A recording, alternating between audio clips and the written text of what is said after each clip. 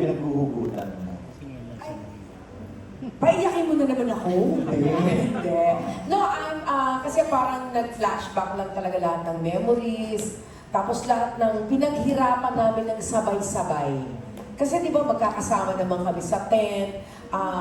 Napakahirap kasi 4 times a week po kami nagte-taping. So Okay. talagang, kasi nga 6 days a week yung show. So first time kong nakagawa ng 6 days airing na show. So talagang nandun yung mapupush ka talaga sa limit mo and more. Tapos ang maganda din na magkakasama kayo, yung mga advices na binibigay nila sa akin or that we give each other, malaking tulong yon. I can name it, pero bukas na tayo matatapos. Isa-isa sa kanila, meron silang nagawa para sa akin na hindi ko makakalimutan. Hindi lang po yung mga artista natin, pero even our staff, yun. And of course, it's an opportunity na talagang binigay sa akin ng GMA. Siyempre, I'm very, very thankful for that. Yun po. Thank you. Cast Lico, they've opened themselves up to each other. Siguro like for myself, I can say for myself na this is the first show na talagang in-open up ko yung sarili ko sa lahat ng cast members. And baka nasobrahan pa nga.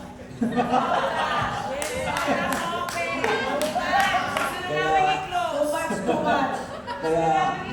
Kaya siguro, What to? Ano daw yung sobrang i-open sa kanila? and then, I mean, you know, we are so close to each other na alam namin lahat kung ano yung mga, alam na namin yung mga kalokohan na bawat isa. Ano ang pinagdadaanan ng bawat isa? Jackie, umamin ka, Jackie. Marami ako natutunan kay Araw, I promise. So, kung tatakbo siya. siguro sa lahat ng show na naginawa ko, ito yung pinaka Kung tatakbo siya. in-invest ko yung sarili ko dito. Dahil sa mga co-stars ko na sobrang naging close sa akin. So, I guess that's what makes it unique because hindi peke yung pinapakita namin sa TV. It's really, we really care about each other. We really, you know, real feelings yung pinapakita namin sa isa't isa. Like kung pinapakita namin na parang mahal namin si Annalyn, sa totoong buhay, talagang mahal namin siya. And for the second question na kung anong natutunan ko dito, I think it's never too late for you to make amends or to make things right. Kasi dito sa story nga nakita mo na nung nalaman ko later on in life na totoo ko pala siya anak and all that. So parang kahit namang anong ginawa mong mali when you were younger, you can always make things right later on. It's never too late to do the right thing. And ang pinaka-importante siguro dyan is like for me, the family is really your greatest treasure. So yun talaga ang mahalaga sa buhay. It's not what you have, it's who you have in your life. Okay? Para lang, after nito ba, meron ka pang gagawin na teleserye sa GMA or pahinga ka muna dahil may plano ka bang tumakbo or what? Tatakbo po ako ng 2K. Mag-Viva Max na siya. Mag-Viva Max na siya. Depende naman po kung anong offer ng GMA. Kung merong offer ng ibang show, why not? I'm, ano talaga, kung may trabaho, so much the better. So, I'm just waiting for an offer. So wala naman politics sa iyo, Richard. Wala naman politics. Wala. Thank you. Balikan ko lang si... Sabi mo kasi iba-iba yung sagot. Okay, No, kasi isa sa mga nagdusa talaga seriously. dito kanina eh. Ha? Ikaw ang isa sa mga nagdusa talaga dito, di ba? Oo, nagdusa. Pero siguro, yung sa character kasi ni Lynette,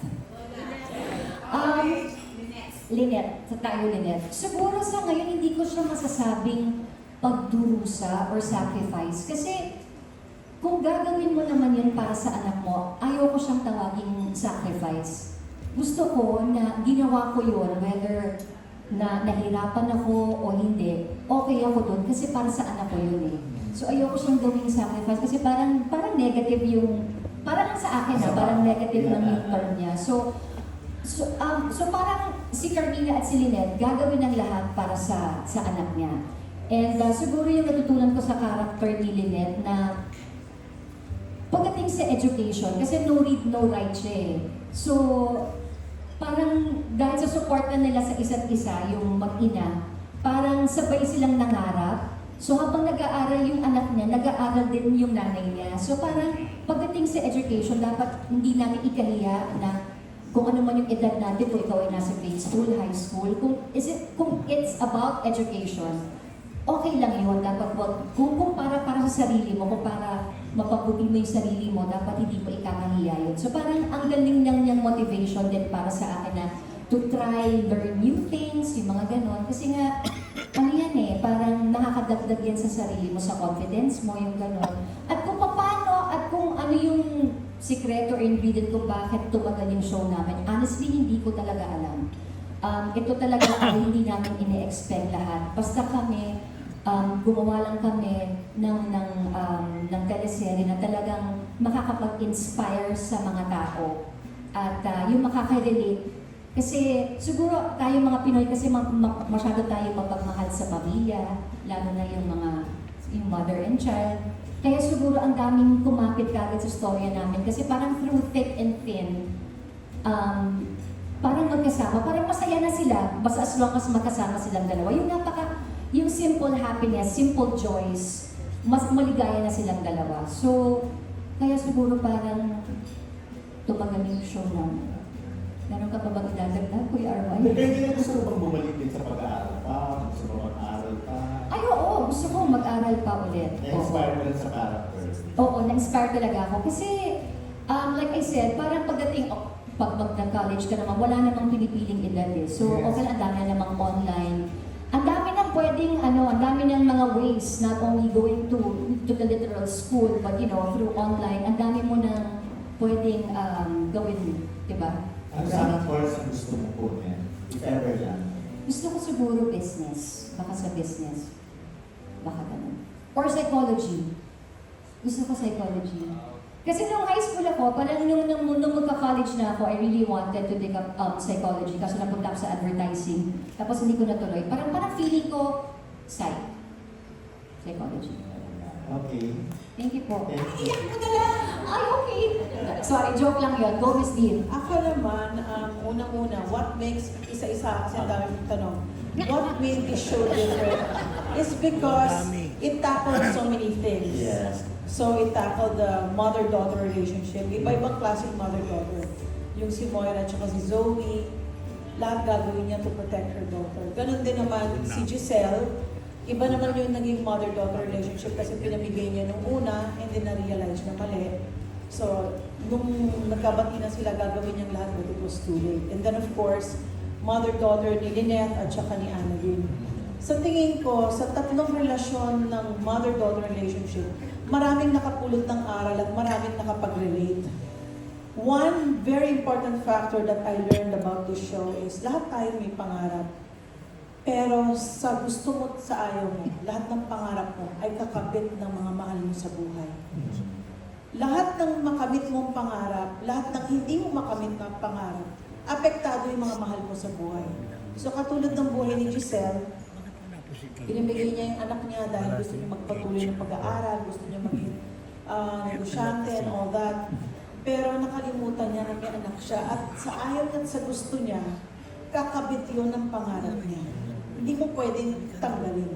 Ganon din kay Lynette, pangarap niya na magkaroon siya ng doktor na anak, maging maginhawa sa buhay. Pero kakabit ng pangarap niya ay yung buhay ng anak niya. Ganon din kay Moira, all she wanted was to protect her family and keep it intact. Pero kakabit nun, nahawa din si Zoe. Nadamay si Zoe sa lahat ng kaguluhan niya. So lahat tayo, maabot natin ang pangarap kung meron tayong perseverance, kung nasa tama tayo, kung tama ang pag-abot natin sa pangarap natin, wala tayong tinapakan, wala tayong sinaktan na tao, malinis at magiging masaya tayo na nakamit ang pangarap. Pero kung nanakit tayo ng tao, gumawa tayo ng masama, ng krimen para makamit mo man ang pangarap mo, hindi ka magiging masaya. At makikita niyo yan towards the last few days of this show. Yes, yes. Makakamit ang pangarap pero empty siya. hindi niya magugustuhan because that's already the lesson. Hindi lahat ng pangarap magiging masarap ang pagkakamit ng pangarap kung hindi maayos ang pagkakakuha. Yun ang natutunan ko. And because of that, marami kaming na-touch na tao, maraming na-touch na buhay, maraming nakarelate. Kahit nasa father-daughter relationship, iba-ibang father-daughter relationships din ang nakita ninyo. With RJ and Annalyn, RJ and Zoe. Sino nga yung asawa ko? Si Tonton. Kasi tinanggal ka agad eh. Si Eric at saka si Justin, di ba? Kumbaga, hindi lang mother-daughter relationship ang nakita ninyo, father-daughter relationship. So, I'm sure maraming nakarelate. Yun ang natutunan. Pero kung Miss D, personally, ano ang natutunan mo sa character mo? Yun, ang natutunan ko sa character ko na like, halimbawa, there was one time that I could have gone to the village sa Australia. I was asked to do a TV series with Mel Gibson. Ah? And the title was East of Eden. Chance ko na yun, but the deal was, dapat doon nakatira yung mga anak ko. Hindi ako pinayagan ng asawa mo na nadalhin yung mga anak ko. So, I forwent that offer because I chose my kids. Okay. Yun yung sinasabi ko. Sa bawat pangarap, kakabit yung mahal mo sa buhay. Kung pinili ko yung Australia, malamang Hollywood star na ako. Correct, oo. Pero I'll be empty because my kids won't be with me. So no regrets kahit give up? No regrets because I chose my family. I chose my kids. So lumaki yung mga anak ko sa piling ko, naging hands-on mama ko, lahat-lahat. Lahat ng paghihirap na dinanas namin nung naging single parent na lang ako, dinanas namin together. And I will always cherish doing that all over again because doon kami naging close ng mga anak ko. Kasi we did things together. Hindi kami tumuyong mag-isa. So even now, yung mga pangarap ng mga anak ko, kasama ako. They tell me, Mama, I want this. This is my dream. This is my plan. And you help your children also achieve their goals. Okay. You're there to guide. So ngayon kung i-offer ko yung Mel Gibson movie, Baka pwede na. But I have to tell my husband that we're going to live in Australia. pero sayang na. Pero no regrets, maganda, masaya ka naman. Na-bless naman ako dito at nagpapasalamat din ako sa GMA because they gave me so many wonderful shows. Not to mention na rin yung long time running talk show ko. So, I'm very thankful to GMA for always giving me good shows. Oo, yung talk show mo ito, diba? At sa lahat-lahat ng mga tumatangkilik at sumusuporta sa akin. Kasi kung wala sila, wala din ako. Thank you very much.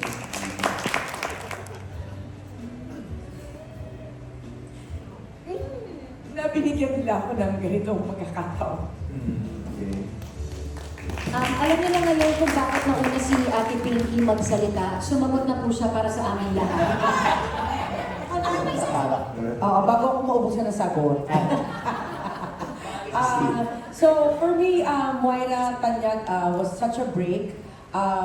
Kung ano-anong klaseng mga emosyon ang naramdaman.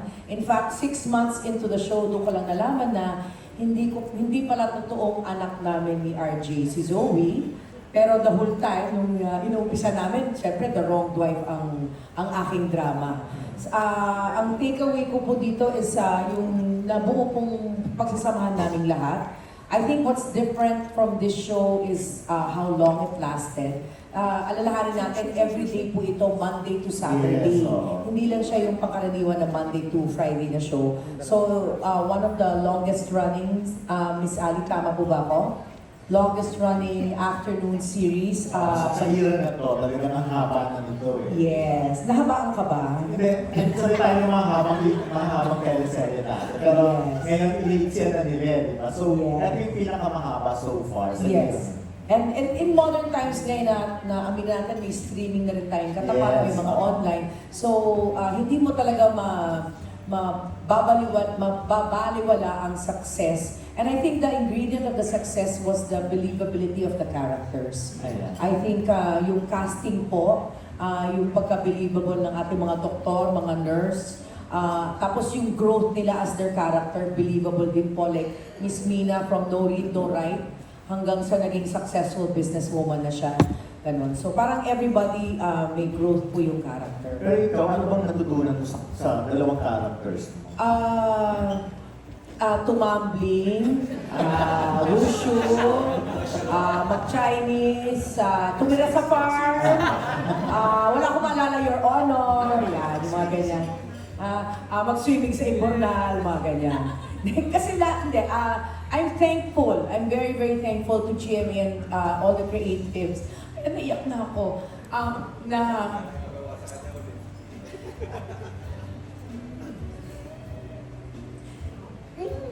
Na binigyan nila ako ng ganitong pagkakataon. Okay. Alam niyo na ngayon kung bakit nauna si Ate Pinky magsalita. Sumagot na po siya para sa aming lahat. Adeline Santos. Siyempre,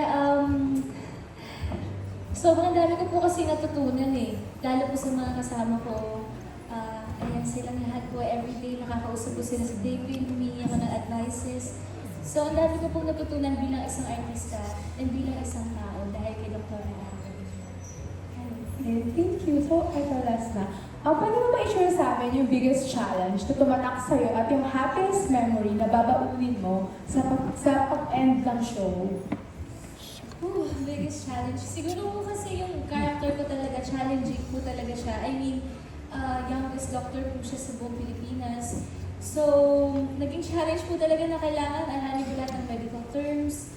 Kailangan po tama lahat ng ginagawa ko sa set dahil may mga nakabantay na mga doktor. Happiest memory, sa buong 2 years, sobrang happy ko kasi sa buong 2 years dahil po sa mga kasama ko. So hindi ko alam kung ano yung happiest memory ko, parang buong 2 years dahil po sa kanila lahat. Thanks, Julia. Thank you. Congrats again.